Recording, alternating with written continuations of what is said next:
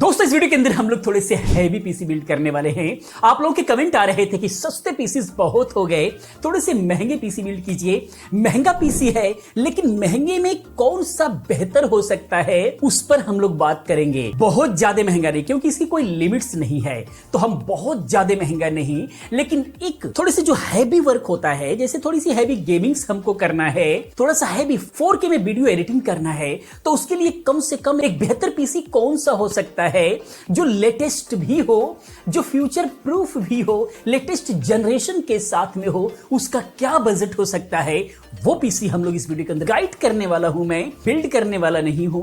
कौन कौन सा कंपोनेंट्स आप उसके अंदर लगाने वाले हैं जिससे एक बेहतर पीसी बन सके, और आप लोगों को थोड़ा सा आपको खुद को सिलेक्शन करना होगा। थोड़ा सा मैं 2-3 बजट के अंदर लेकर के चलूंगा, वो आपके ऊपर डिपेंड करेगा कि आप किस बजट में पीसी को बिल्ड करना चाहते हैं। थोड़ा सा आप अपना भी दिमाग लगाएंगे, अपनी इच्छाओं के अनुसार उसको कन्वर्ट करेंगे।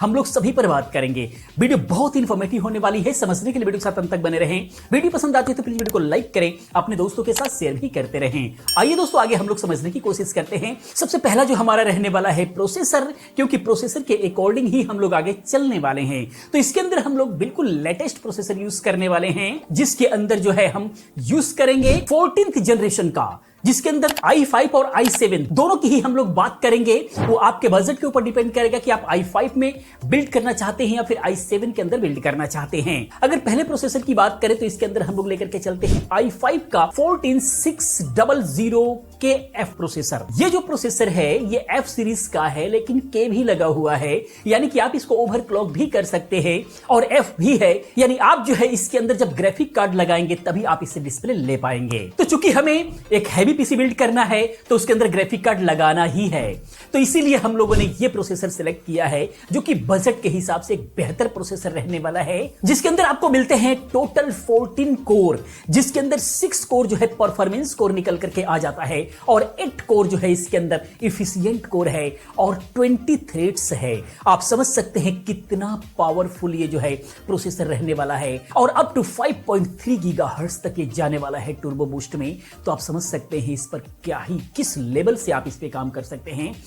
मल्टीटास्किंग करते हुए आप हैवी से हैवी वर्क इस पे कर सकते हैं। ये बिल्कुल भी प्रोसेसर दबने वाला नहीं है। प्राइस की बात करें तो चूंकि लेटेस्ट है, थोड़ा महंगा तो रहेगा। फिलहाल का जो प्राइस है इसका 33,890 दिखा रहा है। यही 32 से 35,000 के बीच में वेरिएशन आजकल कर रहा है कुछ दिनों से। इसी के आसपास में आपको यह मिलेगा। इसको आप यूज कर सकते हैं। अगर बजट थोड़ा सा और ऊपर जा रहा है तो आप i7 को यूज कर सकते हैं। i7 की अगर हम बात करें तो i7 के अंदर 14700KF, ये भी F सीरीज का प्रोसेसर है, K भी लगा हुआ है, ये भी ओवरक्लॉक हो जाएगा, लेकिन ये बहुत ही हाई एंड प्रोसेसर है। इससे ऊपर i9 हो सकता है, लेकिन अगर हम नॉर्मली एक बेहतर बजट की बात करें तो उसके लिए इसका जवाब नहीं है, क्योंकि इसके अंदर 20 थ्रेड्स मिलते हैं। आप एक नॉर्मल यूजर्स इसको मतलब इस पे इतना लोड ही नहीं दे पाएगा, इसकी जो कैपेबिलिटी है उसको यूज ही नहीं कर पाएंगे। मैक्सिमम लोग जितना ये कैपेसिटी रखता है उसको यूज भी करना चाहिए, यूज भी होना चाहिए, लेकिन ये मैक्सिमम कंडीशन में ये यूज ही नहीं हो पाएगा।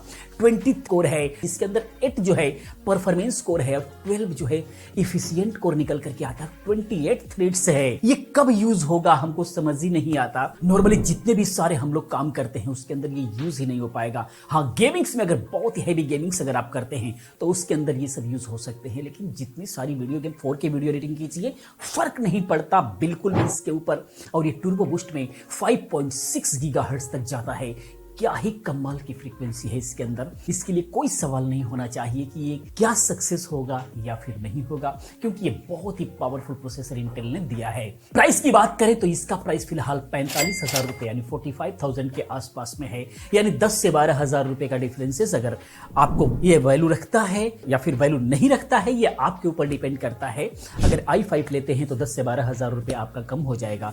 i7 में अगर आप यूज करते हैं तो 10 से 12,000 रुपए बढ़ेगा। बाकी सारे कंपोनेंट्स आपके वही रहने वाले हैं। अब हम आते हैं मदरबोर्ड पर, जिस पर हम लोग इसको बिल्ड करने वाले हैं। यहां पर आपको थोड़ा सा अपने हिसाब से सिलेक्ट करना होगा। अगर थोड़ा सा लेटेस्ट प्रोसेसर के साथ जाना चाहते हैं लेकिन बजट बहुत ही ज्यादा नहीं बढ़ाना चाहते हैं तो आपको DDR4 के साथ जाना पड़ेगा।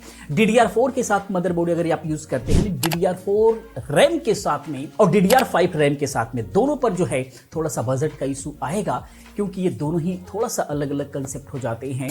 पहले DDR4 की हम बात करते हैं। DDR4 रैम अगर आप लगाना चाहते हैं तो उसके लिए जो एक बेहतर, जिस पे आप एक थोड़ा सा अच्छे लेवल से आप ग्राफिक कार्ड लगा पाएंगे और वाईफाई भी है, सब कुछ बिल्कुल लेटेस्ट आपको जो मिलेगा, भले ही DDR4 रैम इस पे लगाएंगे लेकिन एक बेहतरीन मदरबोर्ड वो है Asus टफ गेमिंग का B660M प्लस। ये वाईफाई के साथ में आता है DDR4, आप इस पे जो है रैम लगाएंगे। बाकी जो है ड्यूल आपको इसके अंदर SSD के लिए स्लॉट मिल जाते हैं। एक जो है मेन जो SSD लगाएंगे उस पे हीट सिंक मिल जाती है। ओवरऑल VRM सेक्शन बहुत ही पावरफुल है। ड्यूल चैनल इसके ऊपर जो है आपको 4 रैम स्लॉट मिल जाते हैं और लाइटें वगैरह मिल जाती है, गेमिंग फील भी दिलाएगा और वाईफाई कनेक्टिविटी देखने को मिल जाती है, बिल्कुल भी लेटेस्ट। तो इस पे बहुत सारी हम डिटेल्स में बात नहीं करेंगे। अगर एक मदरबोर्ड के बारे में डिटेल्स में बात करेंगे तो वीडियो बहुत ज्यादा लंबी हो जाएगी। इसके प्राइस की बात करें तो ये 19,799 रुपए फिलहाल प्राइस है।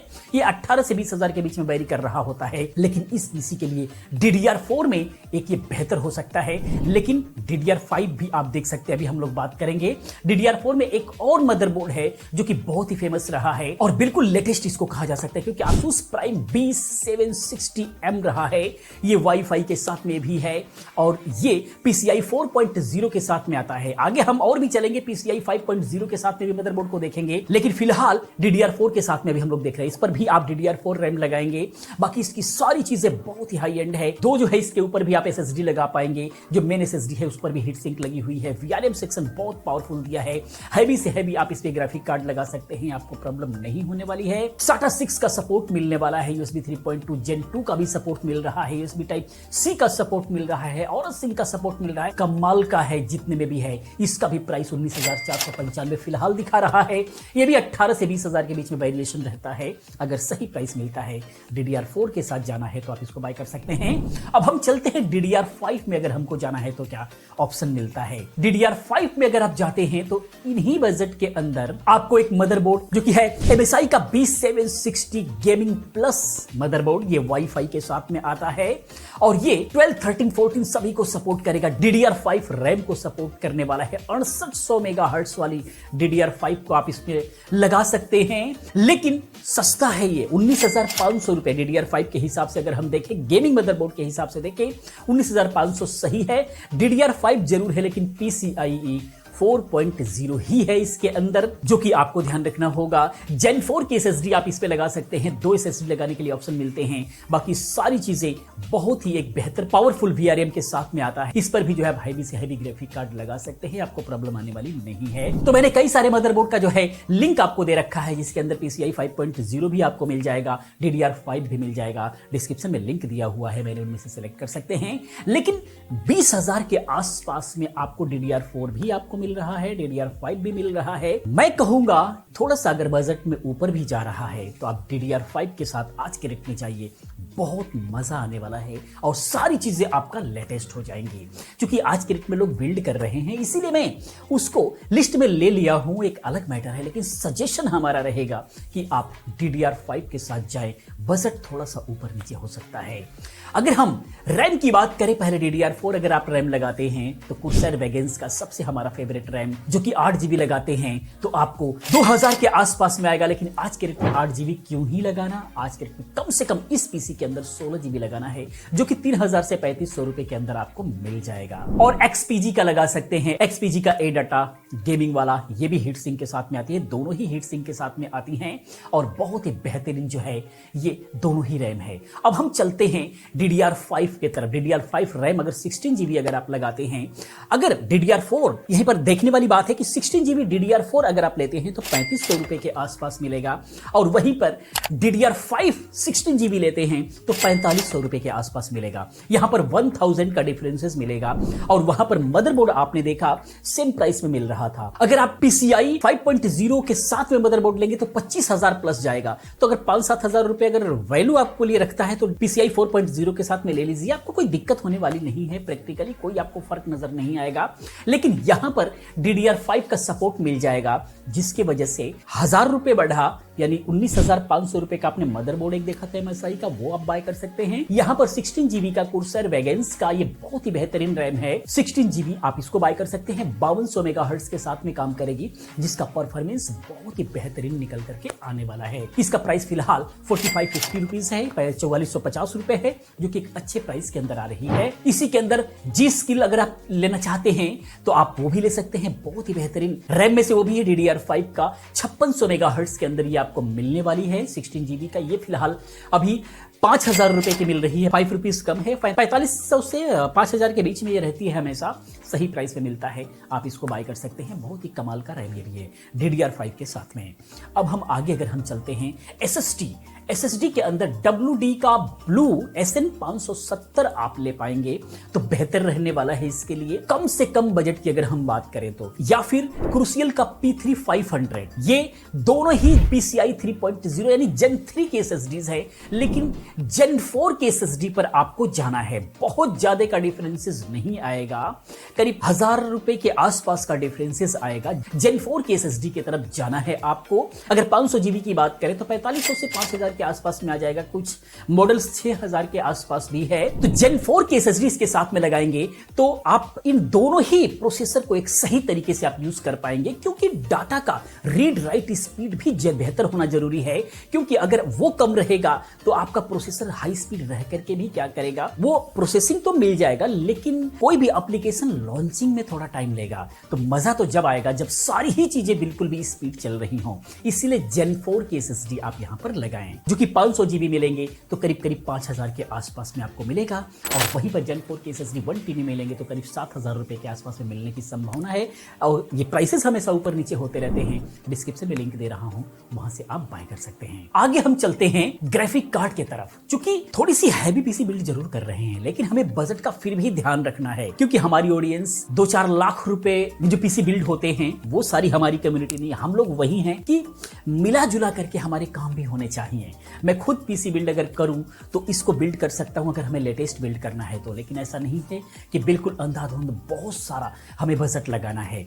तो उसके अंदर अगर आपको वीडियो एडिटिंग करना है और नॉर्मल अभी की सारी जो गेमिंग्स चल रही हैं उनको एक ठीक ठाक लेवल से खेलना है 4K वगैरह में, तो एक बड़ा ही बेहतरीन ग्राफिक कार्ड जो चल रहा है कुछ सालों से, RTX, इसके नीचे तो जाना ही नहीं है। कम से कम RTX 25,000 तक का बजट है तो RTX 3060 आपके लिए बेहतर हो सकता है 12 GB के अंदर।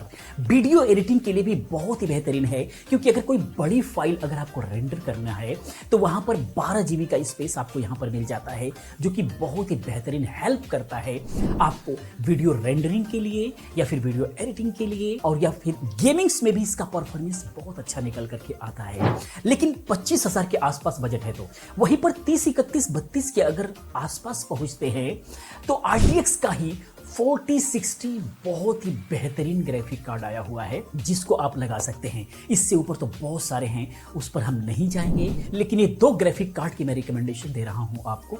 या तो RTX 3060 ले लीजिए, और बेहतर है अगर 5000 रुपए मायने नहीं रखता आपके लिए तो आप जो है RTX 4060 ले लीजिए, जो कि लेटेस्ट आया है और कमाल का, वो 8 GB के साथ में। अगर बड़ी वीडियो एडिटिंग करनी है, थोड़ी सी बड़ी फाइल पे काम करना है तो आपके लिए वो 8 GB है, वो बेहतर नहीं होगा। ये 3060, ये 12 GB आपको हेल्प करेगा। लेकिन अगर बहुत बड़ी फाइल पे, जैसे मान लीजिए YouTube की कोई वीडियो एडिटिंग्स वगैरह करते हैं, उसके लिए आपको ये 12 GB की जरूरत नहीं है, 8 GB के साथ में ले लीजिए। वो गेमिंग्स में भी और वीडियो एडिटिंग में भी मजा आने वाला है। लेकिन मैरिज वगैरह का अगर वीडियो एडिटिंग करते हैं, थोड़ी सी बड़ी अगर बनाते हैं, कोई सीरियल्स वगैरह या फिर शॉर्ट फिल्म्स वगैरह अगर आप बनाते हैं, तो उसके लिए आपको 12 GB हेल्प करने वाला है। इस तरीके से आप अपने काम के हिसाब से सिलेक्ट करेंगे तो बहुत ही मजा आने वाला है। उसके बाद अगर हम नेक्स्ट की बात करें तो आ जाते हैं पावर सप्लाई। पावर सप्लाई में कंजूसी बिल्कुल भी ना करिए, क्योंकि पावर सप्लाई जब बेहतर होती है, थोड़ी सी जो हमारी रिकमेंडेशन है उससे ऊपर जब रहती है तो थोड़ा फ्लैक्चुएशन वगैरह होता है, थोड़ी मोड़ी दिक्कतें वगैरह आती हैं इनपुट में, तो हमें आउटपुट पर कोई असर नहीं पड़ता है। उसके लिए गीगावाट का आप ले सकते हैं 650 वाट की पावर सप्लाई, जो कि 4350 में आने वाली है।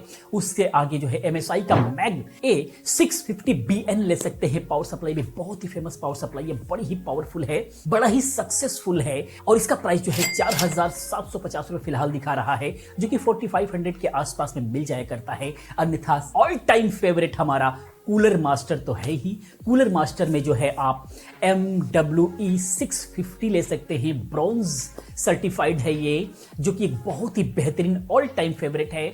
80+ ब्रॉन्ज के साथ में ये आती है, सर्टिफिकेशन के साथ में आती है, जो कि कमाल की पावर सप्लाई है। अगर बजट इसे उतना नहीं है, आप इसके साथ बिल्कुल भी जा सकते हैं। कमाल की पावर सप्लाई है ये।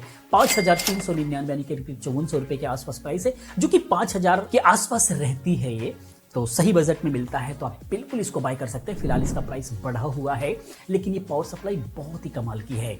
उसके बाद जो है इसके अंदर आपको कूलर लगाना पड़ेगा, क्योंकि इसके साथ में कूलर नहीं आएगा। जो ये प्रोसेसर है इसके साथ में कूलर नहीं आएगा, तो आपको कूलर लगाना होगा, जो कि कूलर मास्टर का इसके साथ में ही कुछ और भी मैं बेहतर कूलर का जो है लिंक आपको दे दूंगा, वो आप लगा लेंगे। उसके साथ में अगर चाहे तो लिक्विड कूलर लगाएंगे तो और बेहतर हो सकता है, क्योंकि लिक्विड कूलर भी अब ठीक ठाक प्राइस में 5 से 6,000 रुपए के आसपास में आ जाते हैं। तो लिक्विड कूलर आप इसमें लगा सकते हैं। लिक्विड कूलर का बहुत ही बेहतरीन परफॉर्मेंस हो सकता है। कौन सा बेहतर हो सकता है उसका मैं कुछ इमेजेस वगैरह, प्राइसेस वगैरह मेंशन करने की कोशिश करूंगा, जो कि आपके सामने दिख भी रहा होगा। उनमें से कोई भी जो आपके बजट में फिट बैठता है वो आप बाय कर सकते हैं। या फिर एयर कूलर ही अगर आपको लगाना है, तो एयर कूलर के अंदर भी काफी बेहतर कूलर हैं जिनको आप यूज कर सकते हैं। उसका भी मैंने लिंक दे रखा है, वहां से आप बाय कर सकते हैं।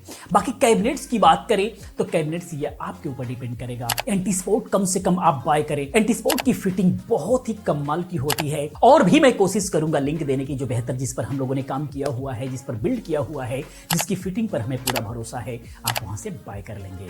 तो इस तरीके से दोस्तों अगर इस पीसी को बिल्ड करते हैं तो कम से कम में DDR4 के साथ अगर आप जाते हैं तो वहां पर आपको 90-92 हजार के बीच में पीसी बिल्ड होगा। वहीं पर DDR5 के साथ में अगर आप जाते हैं और 16 GB के साथ में ही रहते हैं तो मिला जुला करके 95 से 1 लाख के आसपास में पीसी बिल्ड होगा। बहुत ज्यादा का डिफरेंसेस नहीं है। मैं एक बार फिर कहना चाहूंगा, आज के रेट में अगर इसको बिल्ड कर ही रहे हैं तो आप DDR5 के साथ जाइए, मजा आने वाला है, फ्यूचर प्रूफ रहने वाला है। तो दोस्तों वीडियो इन्फॉर्मेशन आपको कैसा लगा प्लीज आप कमेंट में जरूर बताएं। इसी प्रकार की तमाम वीडियोस को देखने के लिए चैनल को सब्सक्राइब करें, चैनल के साथ बने रहें, क्योंकि इस टाइप की तमाम वीडियोस मैं लेकर के आता रहता हूं।